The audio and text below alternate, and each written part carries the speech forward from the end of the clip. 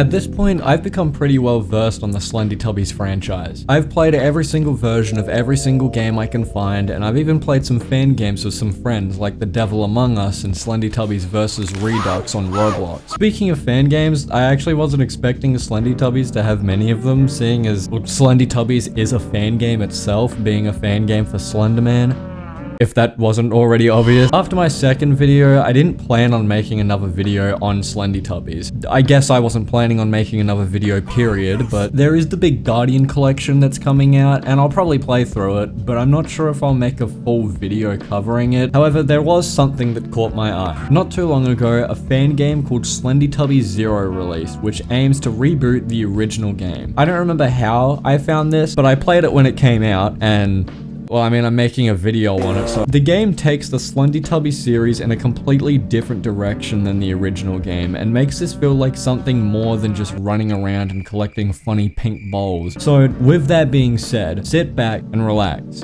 as I go over Slendytubbies Zero, the best fan game to come out.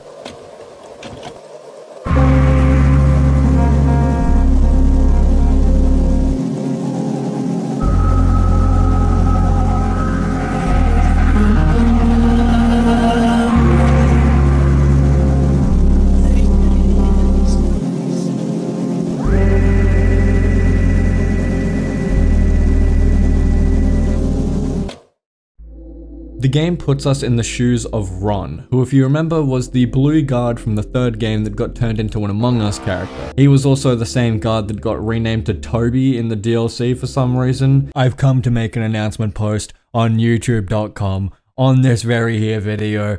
Ron and Toby are completely different people. Oh my god, I'm so stupid. I should have... Ron is the dude that you talk to in the third game and looks like the Among Us character, but he is not the person that you pick up the key card from in the third game's campaign. That is a completely different dude, and his name is Toby. This is a truly tragic tale. Ron is looking for White, also known as the Guardian from the original games. We bash into White's room, and he isn't there, so we snoop around to see what we can find. Checking his computer, we find some emails and a chat room between Ron and White. The emails are from upper management at Coat, the company that Ron and White work for. They talk about White needing to respond to their emails or else he will be given warnings, which will lead into a punishment. The chat room between us and White says something about a machine breaking down, this machine being the custard machine, and that we should have told upper management about it. He mentions that the kids, referring to the Teletubbies, are trying to kill each other, and that Coat keeps asking White for answers. He decides that he's going to fix things himself. We try to tell him not to do anything stupid, but he's already done said stupid act, so we continue looking around. We find his diary sitting on his counter. Inside is a map and a page that reads, "Everything has gone haywire. The cave is a safe haven. You won't get me in there.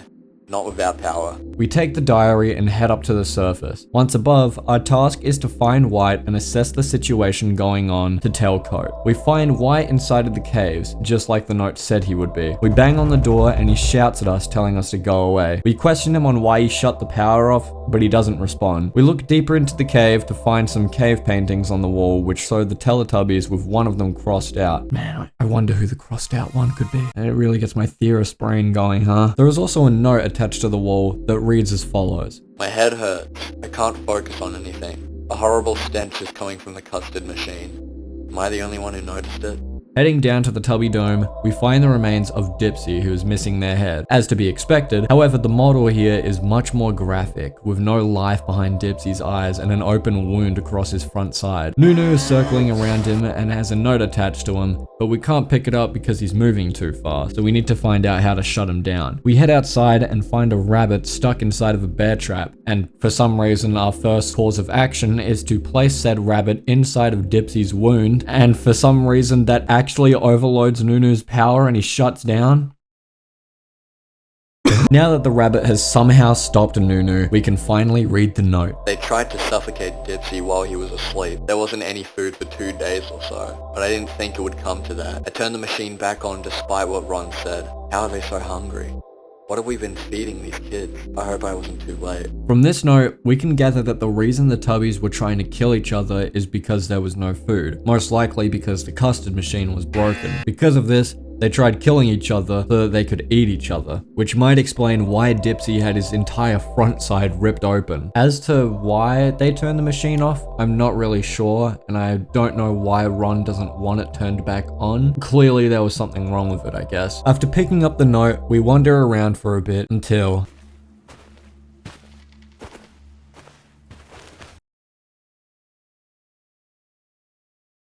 Tinky Winky starts pursuit with us, swinging around an axe instead of just floating. He's pretty easy to avoid right now, you just kind of run in the direction that he's not in. But so far this game is doing something that the first game didn't.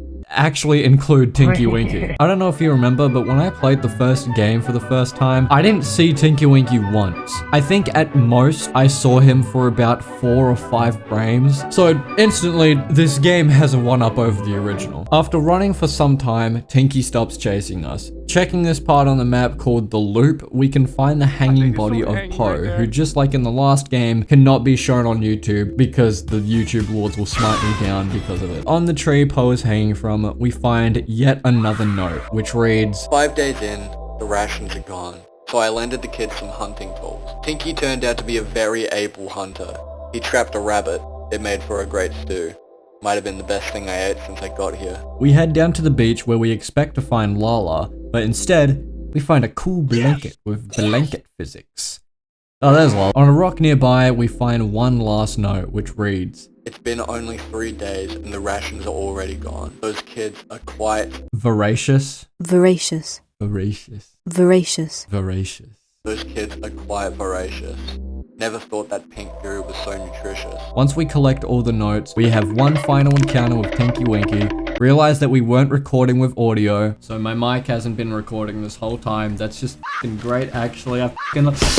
Yeah! And make our way back to the hideout. Once back at the hideout, we contact the coat company and tell them about the situation going on above. Wyatt has locked himself inside of the emergency bunker, and Tinky Winky has killed the rest of the Teletubbies. We mention that the hideout isn't a safe space anymore, and that we need backup. Coat replies and tells us that people are on the way to help us. They also inform us of this really weird business practice they have, where if someone is able to avoid punishment from the company, it's just passed down to the next worker, which makes no sense at all. Anyway, we place the notes we found on a corkboard and realize that the big, massive, and bold numbers on the notes are actually the code to this secret program on White's computer. Putting in the code will open up a drawer in his desk. After picking up the basement key from the drawer, we head outside to get to, well, the basement. Dumbass. Once outside, however, we get whacked over the head by Tinky Winky and they steal the key from us. Now, how on earth are we going to be able to get the key back from Tinkus Winkus? Well, luckily for us, someone got into the hunting tools that White was talking about in one of his notes and set them up all over the map for us. We can use these to trap Tinky Winky and steal the key from him. But because we trapped him in a bear trap, who got pretty mad and chased us into the basement. After escaping Tinky Winky, we now need to look for spare parts inside of the basement so that we can fix the fuse box outside, get power running again, and get into the bunker to talk to White. Down here is where our camera becomes a useful tool. We've had this camera in our inventory for the whole time, but it hasn't really had a use up until now. When the screen starts glitching out, that means that there is a camera anomaly nearby. All you need to do is look at said anomaly with the camera on night vision mode to make the creature go away. We venture further in to find a room with floating objects. We deal with some more camera creatures and find a custard. After dealing with the tubby and collecting the custard, we get teleported to a long hallway where we get chased by the shadow tubby. At least it looks like the shadow tubby. After running away from him into the hallway, the safe hallway I guess, we find a room with a beaten down Lala sitting in front of a custard with some weird mechanical parts inside of it. Picking up the custard will upset her. Hey, can I take that?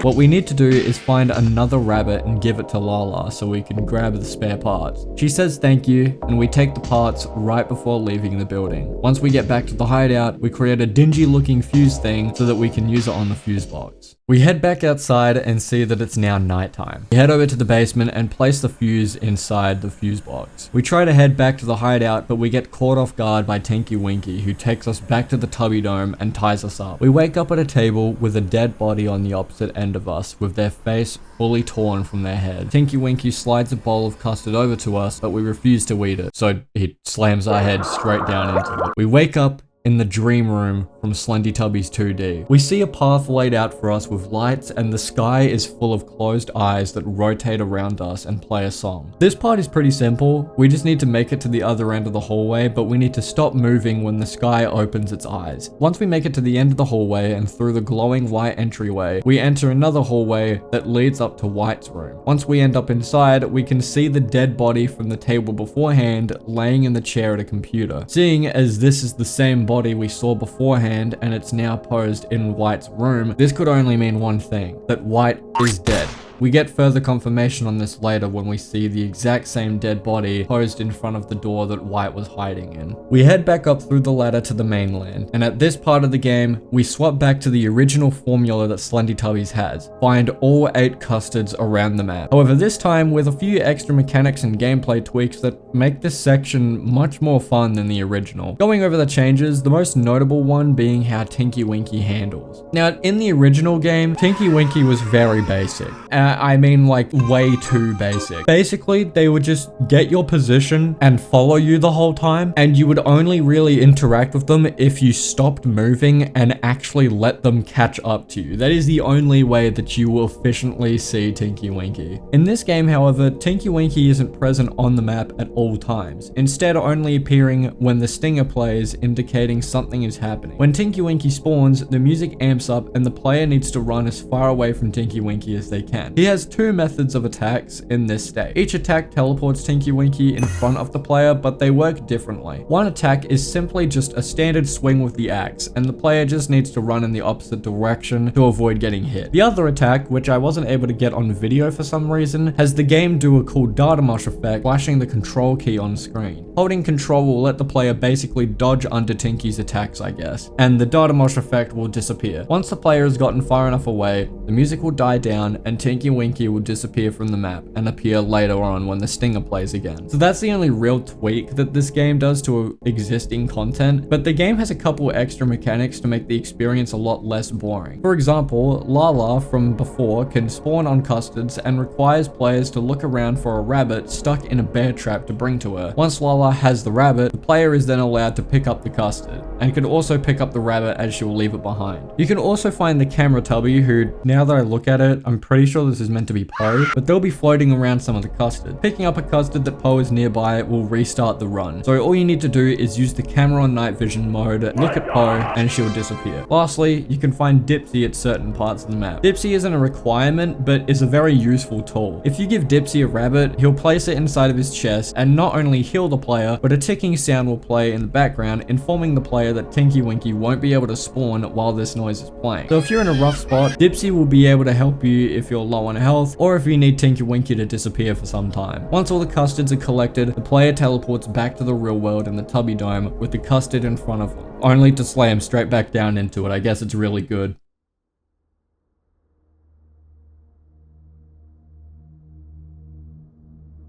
In this room, an orb appears, giving the player a sense of direction. This room is pretty cool. There's even a part in this game where you have to collect the orbs while avoiding the shadow tubby again, so that's cool, but I don't really see the significance that this room plays. At the end of the room, the player picks up an axe, which leads to the next section of gameplay, so I guess it makes sense to transition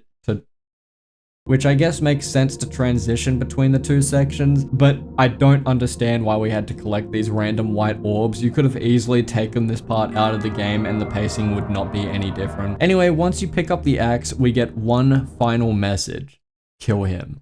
We get to play as the killer. This part is really cool. The player runs around the map and tries to collect 5 custards while you, as the hunter, need to kill them. When you hit the player, you realize that you're going up against Tinky Winky himself. Hitting him 3 times will end the scene and have the player wake up back in the real world, where you see that Ron has chopped the axe into Tinky Winky's neck. Once he drops dead on the ground, Ron starts going all creepy and red and dives onto Tinky Winky's dead body. I assume that this is because the player was forced to eat the custard and there's probably something going on inside of the custard, which is probably also why we wanted to turn off the machine and told White not to turn it back on. With that though, the game finishes. After the credits, we get one last cutscene that shows Anne and Miles from the DLC of the third game, who seem to be the reinforcements that we called when we contacted them via email. They showed up to the Tubby Dome and find Ron eating away at Tinky Winky's dead body. The game then ends and we unlock the extras menu with an additional arcade mode. However, I'm not going to go into that. There might be a way to unlock some sort of story content, but I don't think it's anything worth covering because it's just a FNAF custom night in a Slendytubbies game. I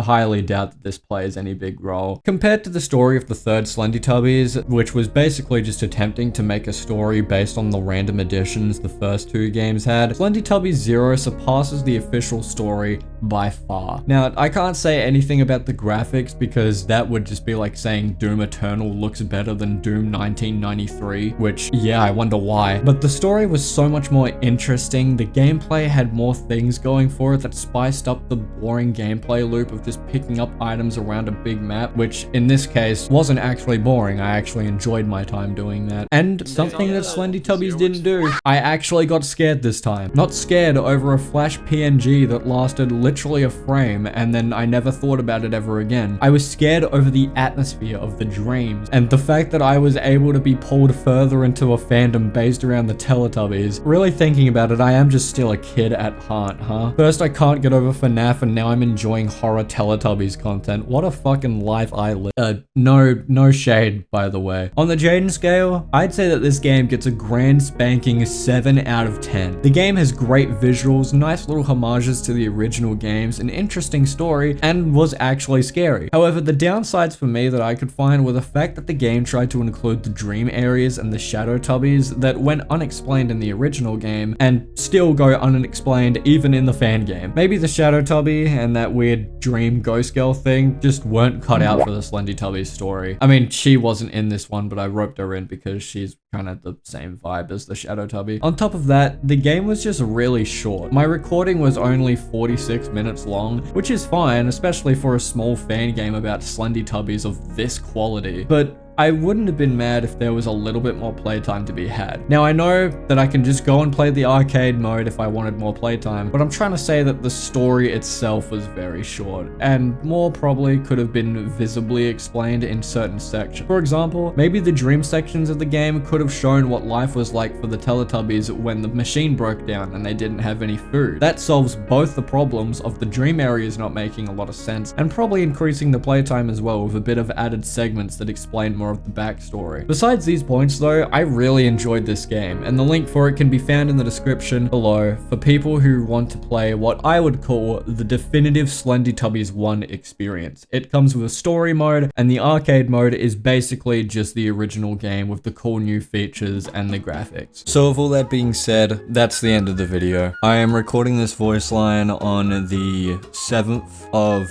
April, and I recorded all of the other voice lines on the 18th of February. It's been a while, I'm sorry. So originally the idea of this video was to just kind of be a filler video while I work on my big main video that I'm making. And this was just kind of meant to be like hey guys, I'm not dead by the way, I'm still here. And then I stopped making this video. So now it's not really that, I guess. So I do want to come back. I just have a lot of stuff that I do. I've got a lot of stuff that I'm currently doing, projects I'm working on, classes I'm taking. YouTube hasn't exactly been the biggest priority on you know, my mind, but I do want to start uploading. I have a lot of video ideas. I have a lot of games that I want to play. I want to start doing stuff, a lot more stuff on my second channel. So you can probably catch me there a lot more often than you will on my main. Yeah, I'm really sorry that this video took a lot longer than I expected it to. But I do plan on coming back, posting just don't expect to ever see like weekly back-to-back uploads, you know, or anything like that. You could probably expect like 6 months to go by until the next upload.